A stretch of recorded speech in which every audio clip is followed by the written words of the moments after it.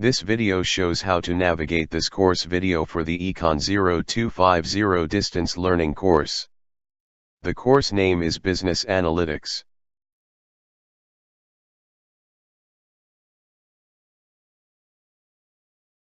Instructional methods. Your study in this course starts from Tuskegee University's Blackboard, which is the platform used for online courses at Tuskegee University. This site is accessed from a link on the Tuskegee University homepage, located at www.tuskegee.edu.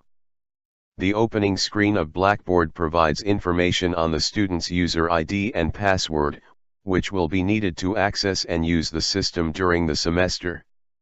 There are 5 aspects of learning the material in this course, and students should be actively engaged in all 5 of these aspects as they are explained below.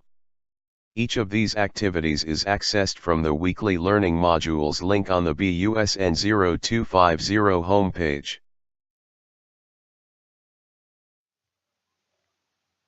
Using PowerPoint presentations. These PowerPoint presentations are closely correlated with each chapter of the textbook under consideration, and should be used as a quick review or overview of the material. If the student does not have the PowerPoint software, free alternative software can be obtained from open source that will allow the viewing of the presentations. Using discussion board. For each module of the course, students are expected to be active in the discussion board.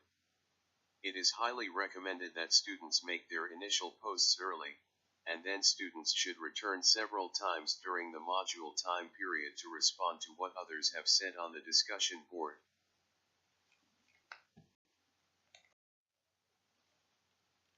Complete multiple choice tests. For each weekly module, students are required to take a short, 10 to 20 question pre- and post-test. Students may take each test as often as they like, and only the highest score obtained will be counted toward their grade.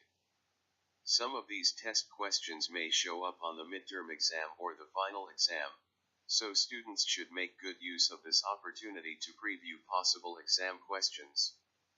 Students should not wait until the deadline to take these tests. By taking the tests early, students will have the opportunity to study the material again, and take the test again to improve their scores and to expand their understanding of each topic. Each time each test is taken, students will obtain a different version of the test. So, after taking each test several times, students will be exposed to a wide variety of questions for that module's subject matter. Repeatable tests must be taken during the time period for each module.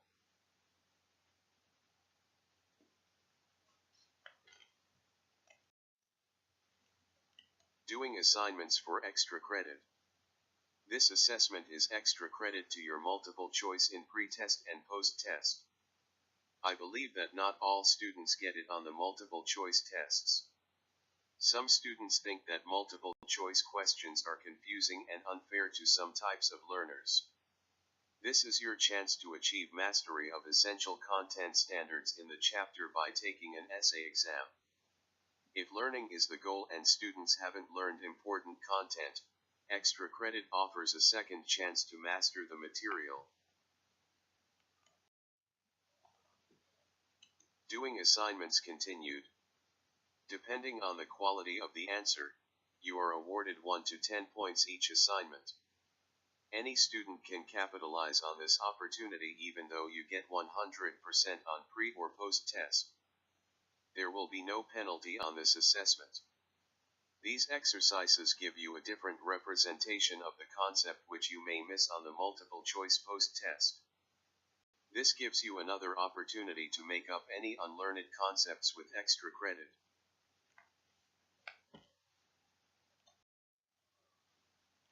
There are 2 proctored examinations, midterm and final.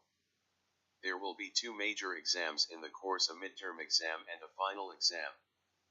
These will be proctored exams during the 4th and 8th weeks of the course on June 30th for midterm and on July 27th for final. Students will have 1 hour and 15 minutes to complete each exam, which means that they will have some time during the exam to review any textbook material that they would like. The time limit for taking each exam will probably not be sufficient time to look up the answers if the student is not already familiar with the material. Furthermore, the nature of some of the questions on the exams will be such that the answer cannot be simply looked up in the textbook materials. Rather, some of the questions will require some application of principles to scenarios that are not specifically addressed in the reading materials. Summary of activities. In short, for each module, students should click on the barrel for that module in the weekly learning modules section of the course, and be actively engaged in doing the assignments within that module.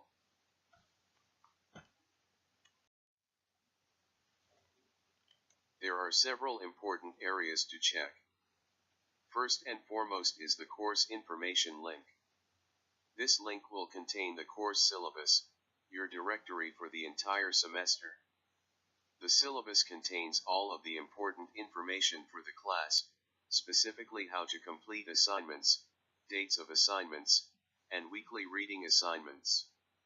It also contains any other information that you may need for the course, including textbook information, learning objectives, grading information, and an overview of typical weekly assignments. If after reading the syllabus and you still have questions, please do not hesitate to contact me.